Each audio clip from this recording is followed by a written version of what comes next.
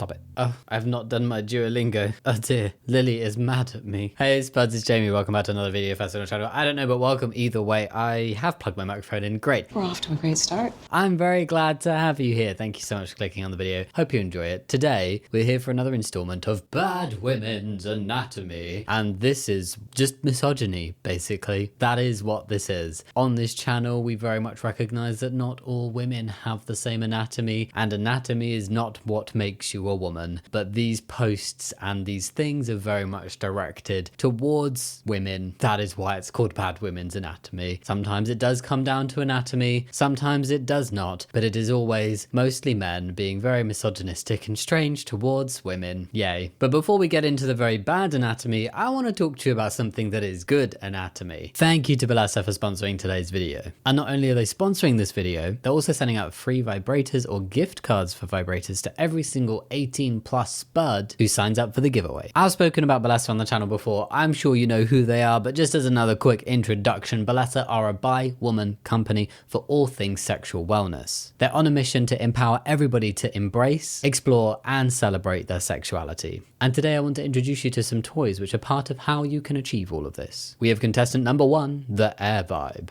They like giving dual simulation, are waterproof, rechargeable, and incredibly discreet, both in the casing and being quiet as a whisper. Contestant number 2, the Thump Vibe, also likes giving dual simulation. We love a multitasker, utilizing Balesa's thumping and vibrating tech, with 5 speeds for each, giving you the exact vibe you're looking for. They fit seamlessly against your body for that perfect precision, and come in a discreet charging case. Contestant number 3, the Flutter Wand. What a pretty name. It's truly an innovation and here to redefine the sex toy game, simulating the experience of the human tongue, but with more precision and no fatigue. On one end, there's a silicone tongue and a removable suction cup to create a powerful pump. And on the other, there's a G-spot massager. Again, another multitasker. Contestant number 4 is the Lux Wand. It's here to deliver unmatched satisfaction with 5 speed settings and a flexible head that conforms to your body's contours. It can provide anything from deep stimulation to a relaxing massage, whatever you're in the mood for. Splash-proof and built with premium materials that provide powerful vibrations that won't flake out on you. And finally, contestant number 5, the Key Vibe.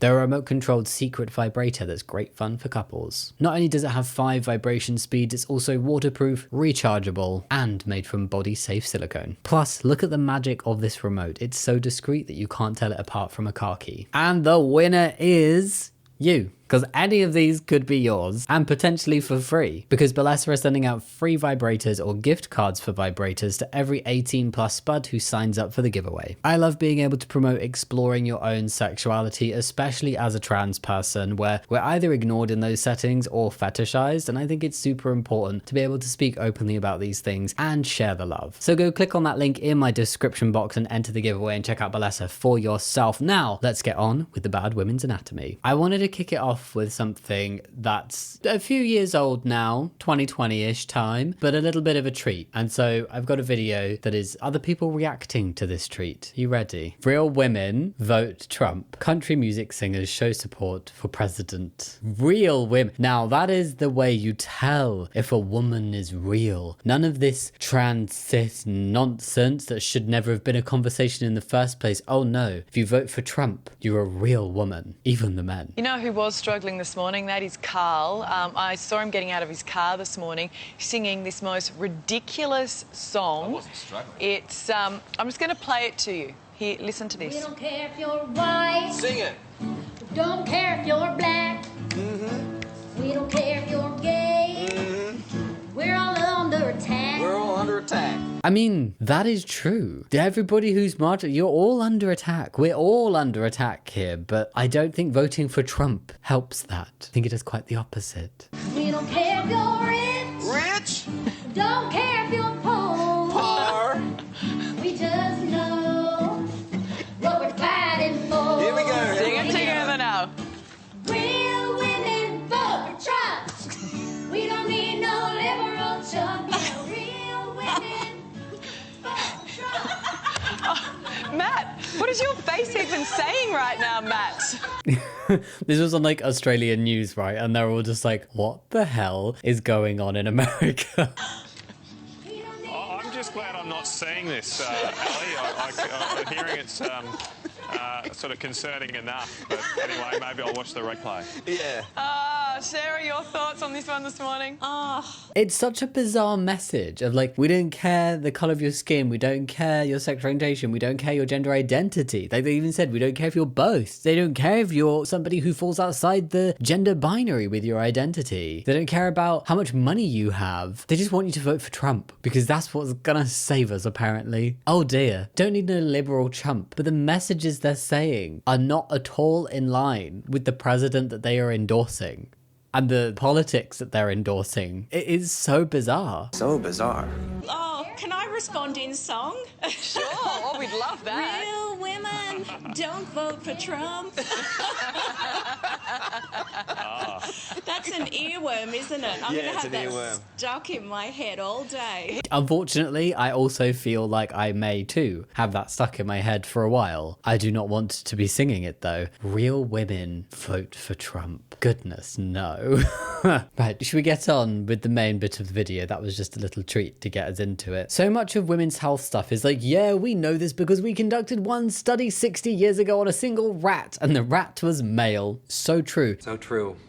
Isn't that one of the big examples with heart attacks? They didn't know specifically that women have different symptoms when having a heart attack compared to men because they only ever studied men when it came to heart attacks. And I read a really scary statistic of the percentage of like medical research that is done specifically for women and on women. So it says before 1993, women were rarely included in clinical trials. Today, the medical field still doesn't know how well many drugs and devices work for women. Terrifying, absolutely terrifying. Math proves men have physical advantage because they have more bones in their bodies. What? 150 pounds divided by number of bones in tailbone, 4 in girls but 5 or 6 in boys. Their muscles have less stress, therefore more strength. Adds more layers too. Tail is central to gluteus maximus. Gluteus maximus is such a glorious name. It's your butt, right? Your butt is the gluteus. Why did we ever give it another name when we could have just always called it the gluteus maximus? That's brilliant. Brilliant. I'm going to fact check this. No, I'm not surprised to figure out that this is wrong. Men can typically have higher bone density, but not a higher number of bones. I don't know why this person's gone in on the tailbone. Yes, men are physically stronger because I have made it up that they have more bones in their butt.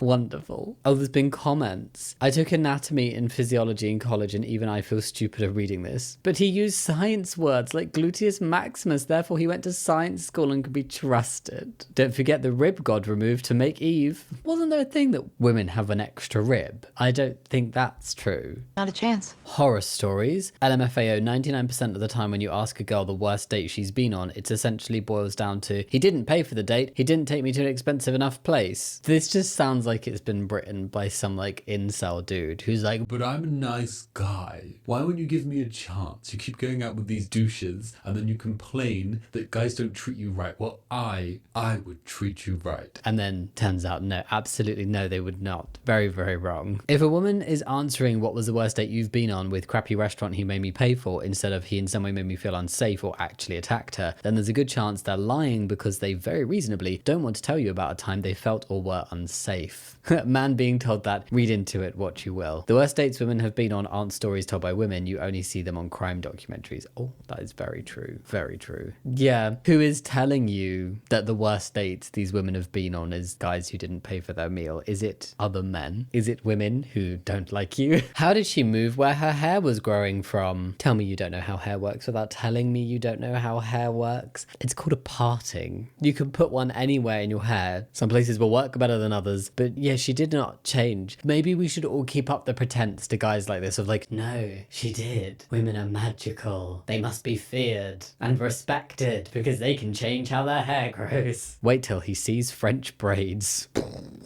If your wife annoys you, buy her favourite cloths, again, but in one size smaller, 2 for extra carnage, then change new with old. She'll go insane and think that she got fat. Evil. You're a gaslighter. It's an evil shit. Even to suggest this. How horrible. How sad must your life be? Oh, the person that you're supposed to love and have respect for and share your life with, oh, they annoy you? Okay, just pull this really horrible prank on them them, body shaming them, fat shaming, and deliberately do something to try and make her feel like something's wrong. Like, that's just horrible. What happened to communicating? What happened to just having a nice chat? Open discourse. Tomb Raider developer Crystal Dynamics has revealed a first official look at the Lara Croft redesign. Yep, they ruined her. Lara Croft new look is official. Man-jaw. What an eloquent review. Man-jaw. I will not be playing. She has man-jaw. Did you see the PlayStation 1 version? Lara Croft was just a bunch of cubes put together. Very angular. Her new look is not bad, but her personality is gone. Even a tomboy is not that flat. Oh,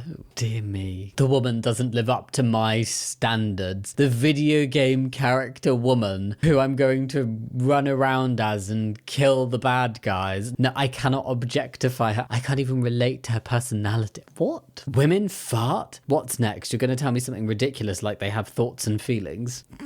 I feel like that must be satire. Nobody's that silly. You'd be surprised. You think giving birth is hard? Try being a grown man with a chest cold. 8,192 people liked this. I'm going to say 8,192 men liked this. Little man babies with their man flu. In what world is a cold anywhere close to as hard as giving birth? In what realm? There's just no way. Oh my god. A bad woman. She was a bad woman. This is not actually going to be anything that makes a person bad, is it? The bad person here is going to be the person making this list. A non-virgin. Yeah, it's straight off the bat. Oh, so obvious from the first one. A bad woman is a woman who is not a virgin. I'm assuming that this man is not married. Would you then expect to be totally celibate with your wife? Because if you were to get married, and presuming that you are not an asexual couple who are not interested in or wanting to have sex, it's probable that your wife would not be a virgin, even if she were when you got married. It's probable she would not stay a virgin after your marriage. So what, then she automatically becomes Bad.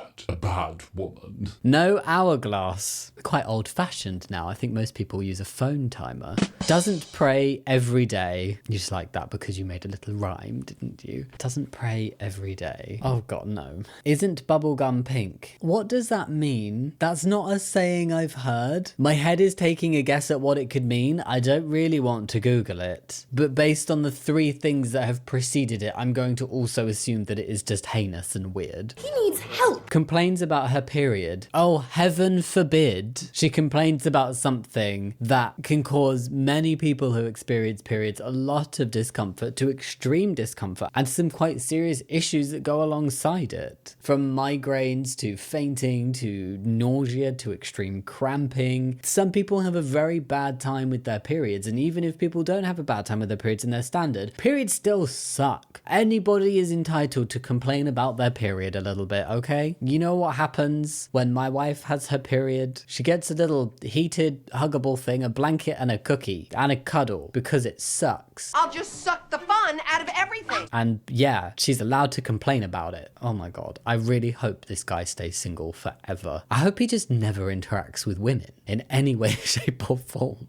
Pretends that male friends are just friends. This is something that's very born out of like this heteronormative culture where it's this type of person that would see an 18-month-old boy being friends with an 18-month-old girl because they're in the same playgroup. And it's like, oh, they're going to get married when they're old. I mean, maybe they wouldn't say it like that. That, you know, they tell their wife to say it. It's not manly of them to say that kind of thing. It's weird. That's what it is. It's perfectly okay for that assumption to be made, and then that grows. And then even when people are adults, it's this assumption of like, Oh, if a boy and a girl ever get on, then surely there must be something romantic or sexual there. It can't be entirely platonic, can it? really? How narrow a life to live. Is convinced she's a good driver. Did this guy just go on some like incel Andrew Tatey website and just go through all the list of things that they believe about women? I just wanted to throw some facts about that last one because it's such a trope, and I know it's not the most serious one on the list, but it is such a trope that it's like, Women are bad drivers. but really what we need to look at is the statistics. Because did you know that of over 500,000 motoring offences in 2022, 80% of those convicted were men? Did you also know that when it comes to drink driving, 70% of the collisions caused by a drunk driver are caused by men? And then did you also know that men are 6 times more likely to receive a driving ban than women? Now tell me who's the better driver. No dad. That's not exactly something that she can control. Whether somebody's dad was not around, or has not been aware of their birth, or has passed away, or is a total arsehole so they're estranged, that is not a reflection on that other person's moral standing or ability at life, or whether they're a good or a bad person. A bad woman,